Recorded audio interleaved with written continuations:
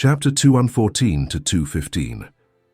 Ringo's shoulders sagged as she reluctantly watched one orange tail forming behind the chakra cloak of Yagura. She knew going against a Jinchuriki while fooling around is stupid. "Since you want to play it that way," Ringo discontentedly muttered, more for herself than others. Suddenly the air around her shimmered, and her voice reverberated through the plains. "Lightning Susanoo!" Instantly, blue armor similar to what samurai wore made of lightning sprang up around Ringo, covering her lithe form. The second those words left Ringo's mouth, every Uchiha who ever heard of Mangekyo Sharingan stiffened. It was not only Uchihas either. Many high-ranking old ninjas who knew about the special ability of the Mangekyo Sharingan had their eyes bulging out after seeing the armor covering Ringo. It might have been only a human-sized armor, but it was far too reminiscent of the real Susanoo that sent a shiver through the spines of these people. After all, Ringo Amayuri was not an Uchiha. Worse yet, she didn't have Sharingan. This moment would cause many doubts and speculations among the higher-ups of the hidden villages. Yagura didn't wait for the special moment to end. His mind starting to give in to the influence of the Biju chakra, he instantly lunged at Ringo while she just leisurely summoned a sword through a modified summoning seal on her wrist. Yagura neared Ringo with speed only rarely seen in the shinobi world, showcasing why he deserved the title of Kage. Ringo simply lowered herself into a basic stance, patiently awaiting her opponent to enter the range of her blade.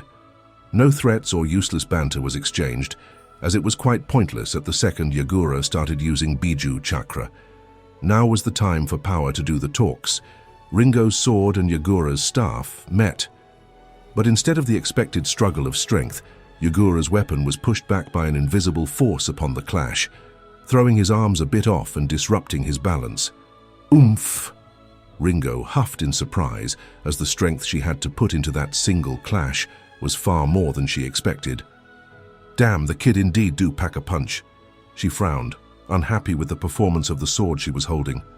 Bewilderment momentarily appeared on Yagura's face, only for fury taking its place a second later as he reaffirmed his footing and attacked the patiently waiting and pondering Ringo again.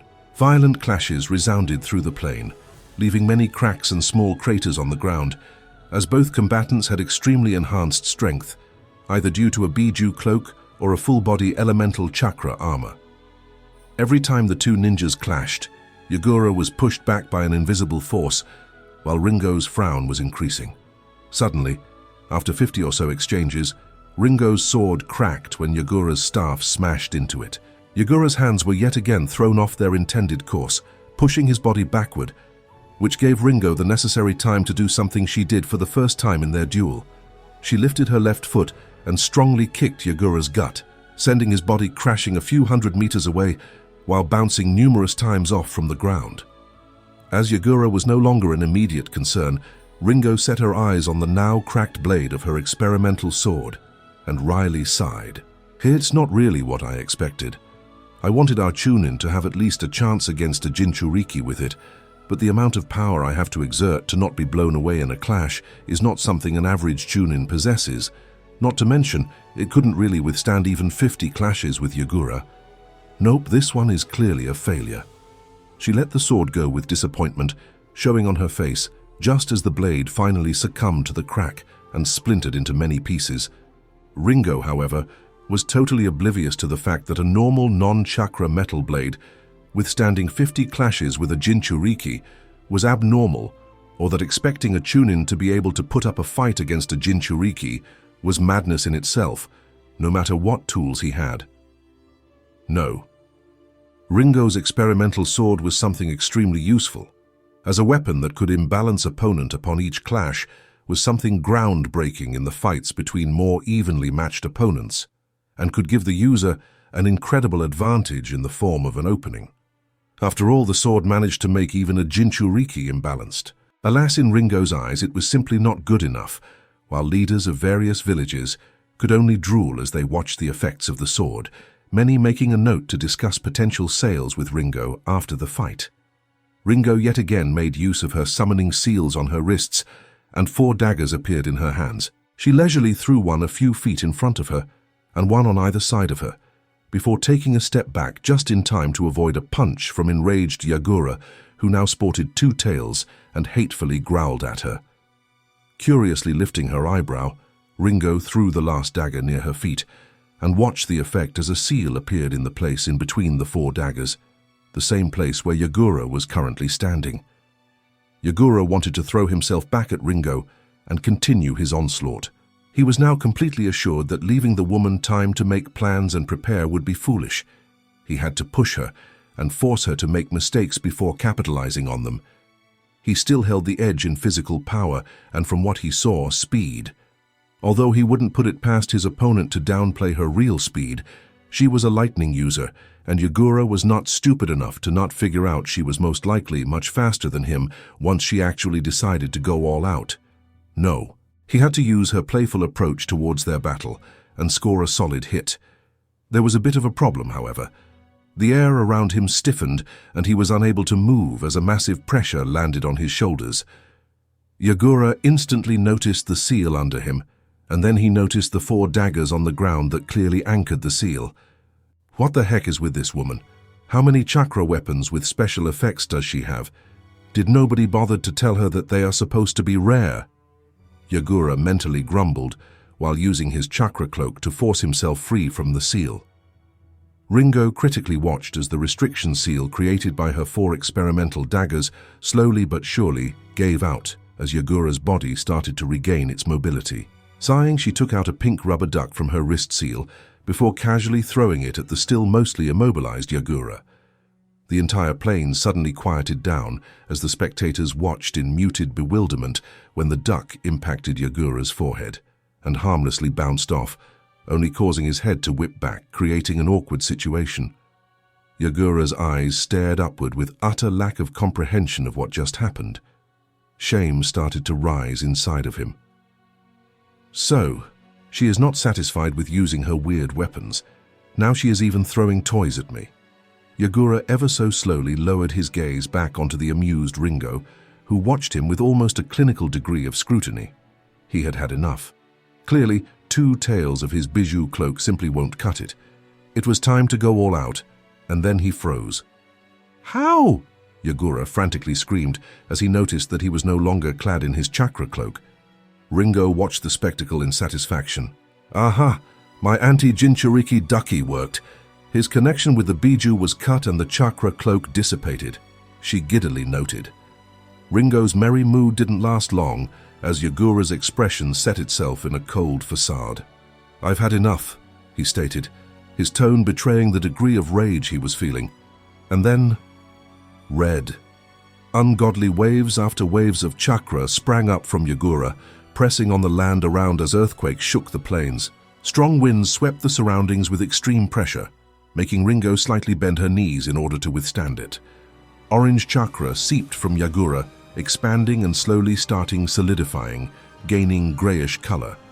It took barely a second, but Ringo now found herself facing a few stories tall form of the three-tailed bijou, who was glaring at her with all the anger Yagura could muster. The ducky only cuts the connection between the host and the bijou, not seal it. Hence, the Jinchuriki can reconnect to his bijou almost instantly. A desperate need for improvement is duly noted. Ringo nodded to herself as she stared at the behemoth in front of her.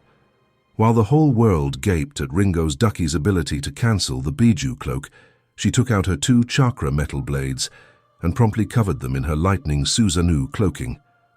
Now she really looked like some dual-wielding mythical samurai made of lightning. Sighing in annoyance, Ringo stared at the massive three-tailed beast in front of her, ignoring the strong whiplash of wind Yagura's transformation caused. "I am really fed up with this. I am an assassin. Why do I have to fight him head-on like a damned fool? What show him your hidden power, Rin-chan? What let's make it into a huge spectacle? When I am done with this, I'm going to strangle Mei for giving Rei ideas. I could simply sneak into Yagura's house at night and peacefully separate his head from his body when he slept, but no," Ringo heatedly muttered under her nose. Just then, Sanbi roared, and Ringo had to quickly sidestep a massive circular compressed few stories. Tall Waterblade hurled at her at an almost inhuman speed by the beast, leaving a large trench behind. Ringo wryly smiled. So he is finally using ninjutsu, eh? The water rose from the shore a kilometer away from the place where they faced each other, towering above the plains, as the angry Sanbi focused his gaze on Ringo, whose brows furrowed at the 500 feet tall wave quickly approaching her at brutal speed, washing away everything in its path. Of course, the very first thing Sanbi would do is getting even more water on the battlefield, because why not? Ringo cursed their current location. In the past, the Sanbi was almost always sealed while he was lazing around or sleeping, because fighting him anywhere near the ocean was a plain suicide, what with his complete control of water. Without first shackling him with some restrictive seals, there was no way to win against the lazy turtle. Well, not for ordinary shinobi. Not a second later, the massive tsunami seemingly crashed into Ringo. High in the clear sky, the lightning armor-clad figure of Ringo appeared after barely escaping being swept by the ocean of water. She quickly started molding her normal chakra with her lightning chakra under her feet in order to create a platform in the air where she could stand. Ringo grimaced as she got a nice look at the surrounding lands. It was only a minute and a few seconds ago when Yagura transformed, and yet the Kuronami plains were already covered in a blanket of water, while other massive tsunamis could be seen quickly approaching the area from the not-so-distant ocean, covering the lands in even more water. Ringo watched the huge turtle turn its head, looking for her. Her shoulders sagged. What exactly am I supposed to do here? She thought irritably. Lightning was for precise and fast strikes that exploited weaknesses and gaps in the armor of the enemy in order to land one devastating killing attack. Water, on the other hand, used volume to both attacks and defend and compression for either cutting or burgeoning offense. As for fighting a massive armored turtle half covered in an ocean of water under its control as a lighting user, well, clicking her tongue, Ringo decided to at least hurl a few attacks at the turtle, since finding an exploitable weak spot was quickly becoming a profound challenge.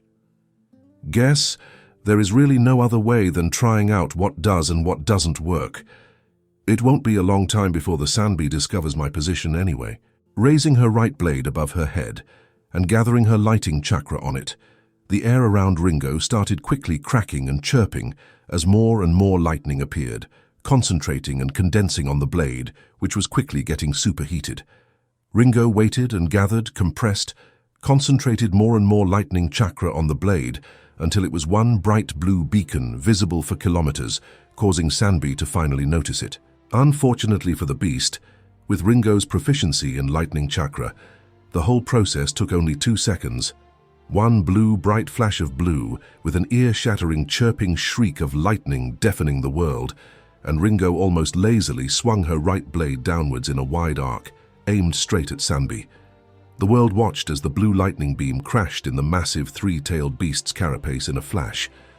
Sanbi was hurled back through the water, creating a temporary trench in it as the massive beast's body pushed it away due to the sheer force of the lightning beam, which propelled it 500 meters back before the disoriented Sanbi finally somehow managed to anchor its tails and limbs into the ground, while supporting its body with the water behind it in order to resist the pushing force of the slash. Blue crackling energy battled grey hard carapace, both stubbornly refusing to stop pushing against the other. But in the end, 5 seconds later, Ringo's lightning jutsu lost its juice and slowly dissipated, leaving only the turtle standing on the ground, without any water around it for a 50-meter radius.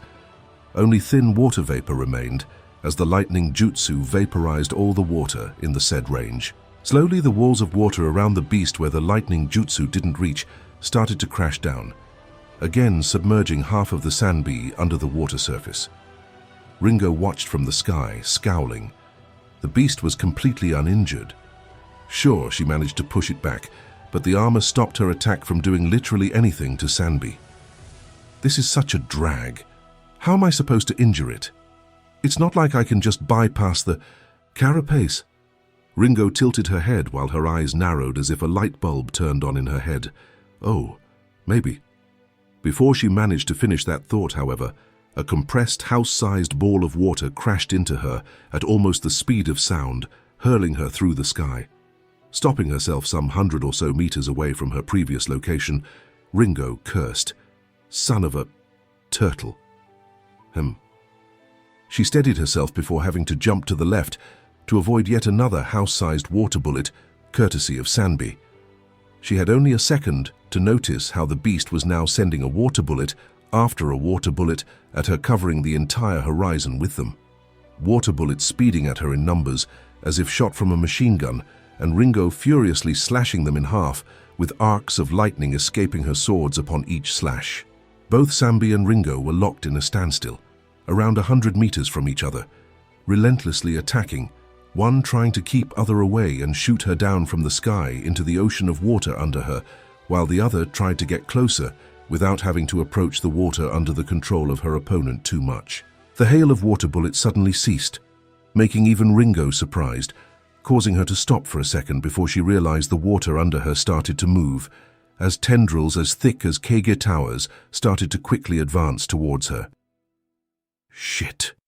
Ringo cursed and pushed more of her lightning chakra into her armor, springing herself forward towards the Sanbi in one huge leap now that there was no water blocking her path. The turtle miscalculated, and before the water tendrils could reach Ringo, she disappeared via sheer speed and reappeared on the top of the surprised Sanbi. For all of its crowd control ability, scarily dangerous water control, and almost unreachable defense, the turtle was quite slow and didn't move much during a fight. Understanding that this was a very rare opportunity, Ringo quickly plunged both of her swords into the carapace of the beast, sinking them halfway through their length. It didn't even breach 5% of the carapace, but for Ringo's plan this was enough. With a zapping sound and bright blue light show, Ringo started feeding the chakra from her armor to her swords. Sanbi screamed and roared in pain as the nature chakra from the lightning armor mixed with the lightning chakra of Ringo, and wave after wave of the stuff entered its carapace, raising its path towards the beast's flesh. Thrashing and bewildered, the beast quickly utilized its tail and smashed it into Ringo, sending her small frame flying while dislodging the two blades from its carapace due to the strong grip Ringo had on her blades. As they were dislodged, the blades shot one last wave of lightning senjutsu chakra into the sky, causing a massive wave of pressurized air to spread through the surroundings, rippling the already raging kilometers of the water surface, while Ringo's body crashed a few tens of meters away from Sanbi, plunging deep into the beast-made ocean at breakneck speed, disappearing in it. For a moment, the battlefield quieted down, leaving only a serene scene of a massive sluggish turtle slowly shaking in pain, surrounded by quietly calming water as thin water vapor lazily covered the area. While up in the sky, clouds slowly started to form.